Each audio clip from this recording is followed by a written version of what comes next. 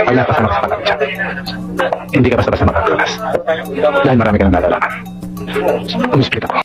Ang mga epektibong palabas na aksyon, kung inyong maaalala noon, ay punong-puno ng mga bakbakan at mga stunt. Ang aktor na pag-uusapan natin ngayon ay tinaguri ang hari ng stunt dahil sa kanyang mga makapigil hiningang ginagawa. Tara, samahan niyo kung balikan ang naging karera niya sa pelikulang Pilipino.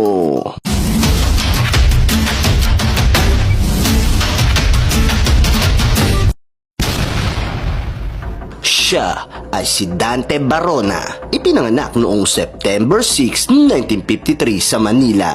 Isa ang ating bida sa mga aktor na laki sa hirap at dahil sa kahirapan ng buhay, siya ay ipinasok ng kanyang mga magulang sa Boys Town sa Marikina. Namalagi siya dito simula grade 1 hanggang sa kanyang pag-graduate. Dito na din niya natutunan ng sports na gymnastic na malaki ang magiging tulong nito sa kanyang mga pangarap. Pagkatapos niya makagraduate ng high school ay napabilang naman siya sa SOS Daredevil. Dito mas napahusay niya ang kanyang talento sa paggawa ng mga kakaibang stunt na talagang hinahanap ng mga pelikulang aksyon. Dahil sa galing nito sa stunt,